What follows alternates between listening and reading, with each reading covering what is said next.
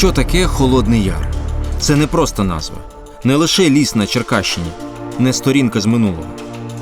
Холодний Яр – це ім'я спротиву, ідея, яка переживає імперії, вибір, який повторюється покоління. Колись у лісах з ярами повстали ті, кого було менше.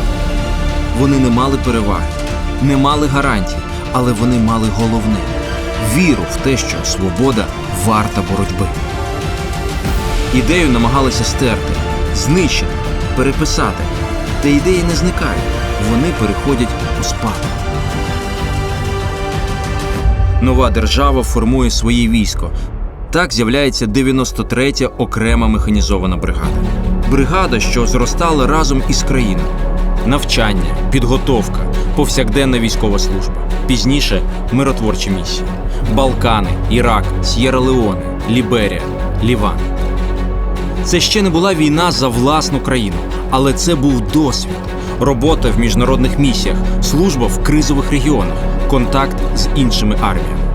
У миротворчих місіях формувалась професійність. І з цим досвідом бригада підійшла до нового етапу. Країна вже відчувала внутрішні коливання. Напруга зростала, наближався великий виклик. 2014. Війна повертається. І для 93-ї це був період, коли російська війна прийшла вже в Україну.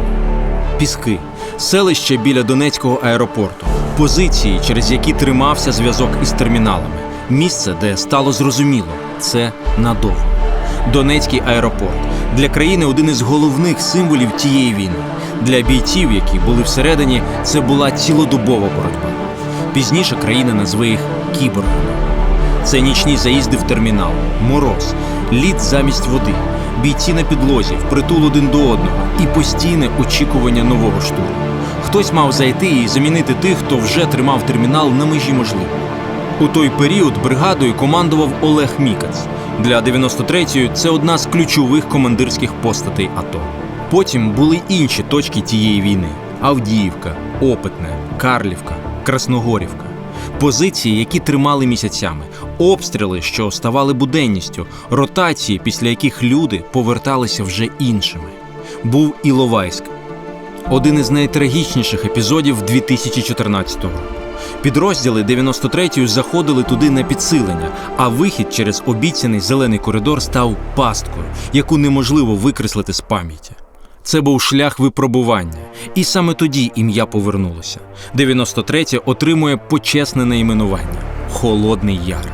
10 червня 2018 року підрозділу вручили нову хоругву з холодноярською символікою, яку прийняв комбриг Владислав Клочков. Холодний Яр повернувся після років війни на Донбасі і майже століття складної, тернистої історії.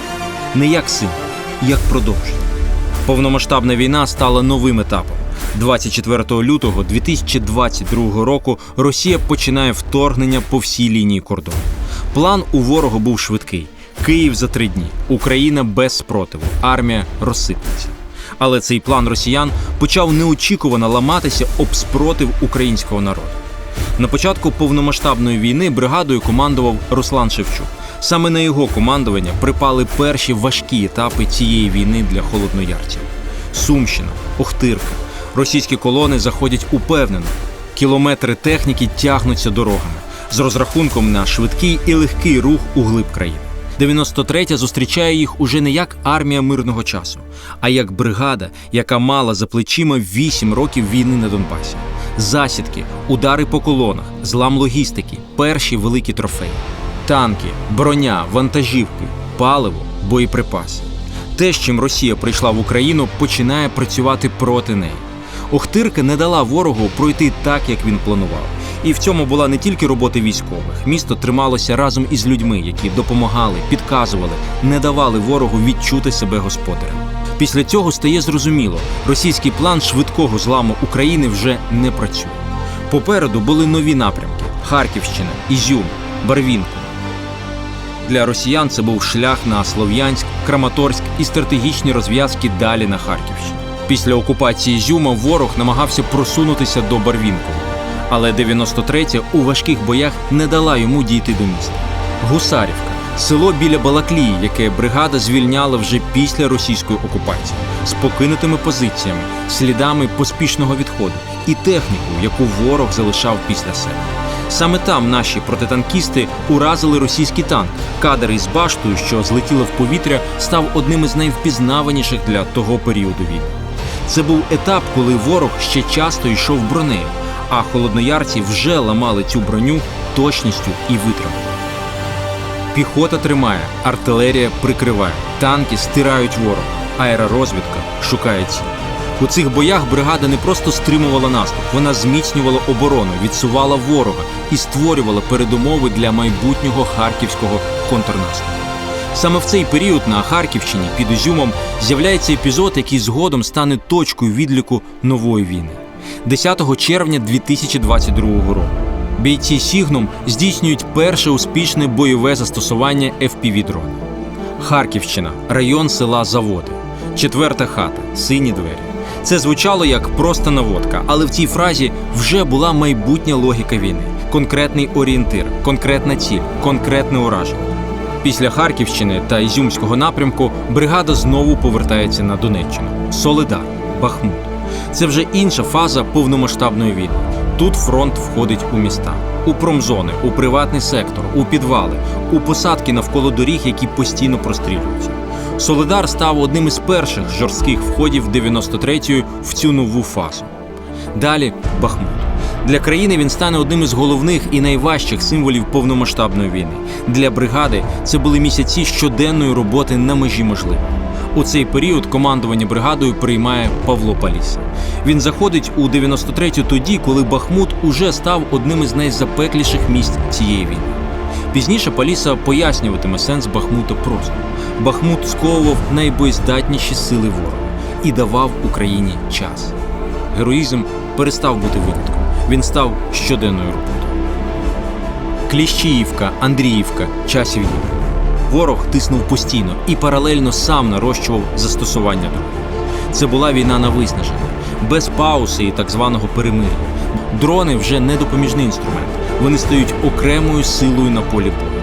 У 93-ї формується РУП-ПАК Black Raven, підрозділ, який бере на себе ударні безпілотні системи. Війна ставала технологічнішою, але технології працювали не самі по собі. Їх треба було вбудовувати в систему бою. Кінець 2024-го. Бригада проходить іще один перехід. Павло Паліса передає команду. 93-ю очолює Шаміль Крутков. Нове командування приймає бригаду в момент, коли війна змінюється іще швидше. На фронті зростає роль безпілотних систем, зростає роль РЕП і РЕР, зростає роль швидкості ухвалення рішень. Паралельно змінюється і сама війна. Нові типи ударних дронів на оптоволокні, поява перших наземних роботизованих комплексів, нові підходи до захисту і радіоелектронної боротьби. Те, що вчора було перевагою, завтра вже стає стандартом. Тому бригада має постійно шукати нові рішення, не тільки тримати фронт, а знаходити ініціативу там, де ворог намагається нав'язати свій темп. Саме з цього починається новий етап 93-го. Етапу, у якому досвід Бахмута, позиційної війни і дронової революції переходить у сьогодення бригади. Альтер-Его – наземні роботизовані комплекси. Підрозділ починав як рота НРК. Згодом Альтер-Его став батальйоном безпілотних наземних систем. Першим батальйоном такого типу в сухопутних військах України. Його головна ідея була проста. Те, що раніше виконували люди, частково можуть виконувати наземні дрони. Головна мета – зменшити ризики для бійців. Дрон можна відновити, можна купити новий. Людину – ні. Спочатку була перша логістична місія, і вона показала – це можливо. Потім перша евакуація, і вона показала – можна рятувати життя. Згодом перша ударна місія – наземні дрони з кулеметами. І це теж спрацювало. Це не теорія майбутнього, це і є пошук ініціативи. Не чекати, поки війна зміниться остаточно, а змінюватися раніше за нею. Далі нові напрямки. Турецький напрямок, Покровський напрямок, Костянтинівський напрямок. Це була робота взаємодії. Кожен напрямок потребував свого набору засобів, попри обмежені ресурси і нестачу людей. І саме на цьому тлі бригада заходить у наступний важливий епізод – Добропільський напрямок. Грузьке, Веселе. Після прориву ворог зайшов у глиб малими групами піхоти. без повноцінного закріплення, без підтягнутої логістики. Розвідники знаходили ворога і вели роботу на землі у взаємодії з танкістами та НРК. Саме під час цієї операції батальйон Альтер-Его вперше застосував ударні наземні дрони з кулеметним озброєнням – ПКТ та Браунінг. У результаті Грузьке і Веселе були зачищені та взяті під контроль. Прорив, який мав розвинути тиск на Добропільському напрямку, не зміг перетворитися на стійкий результат для Росії. Жодна технологія не має значення без людини, яка вміє її застосувати. Без операторів, без командирів, без тих, хто планує задачу, без тих, хто забезпечує зв'язок, без тих, хто підвозить боєприпаси, без тих, хто ремонтує техніку, без тих, хто евакуює, без тих, хто рятує життя. І окремо в цій системі стоїть піхота. Холодноярські піхотинці. Люди, на яких тримається фронт. Бо фронт стоїть, поки стоїть піхота. І фронт рухається, коли рухається піхота. Ким є холодноярці сьогодні? За формою – це бригада. За суттю – це люди. Ті, хто знають ціну втоми, ціну рішень, які приймаються за секунди. Хтось воює за ідею, хтось за сім'ю, хтось за право повернутися туди, де починалось його життя. Вони різні, але їх об'єднує одне – не дозволити ворогу вирішувати за нас. Ми успадкували не лише ім'я, ми успадкували вибір. Тож що таке Холодний Яр? Це ті, хто обирають честь замість страху, свободу замість покори і відповідальність замість байдужості. Це 93-я бригада. І історія, яка триває.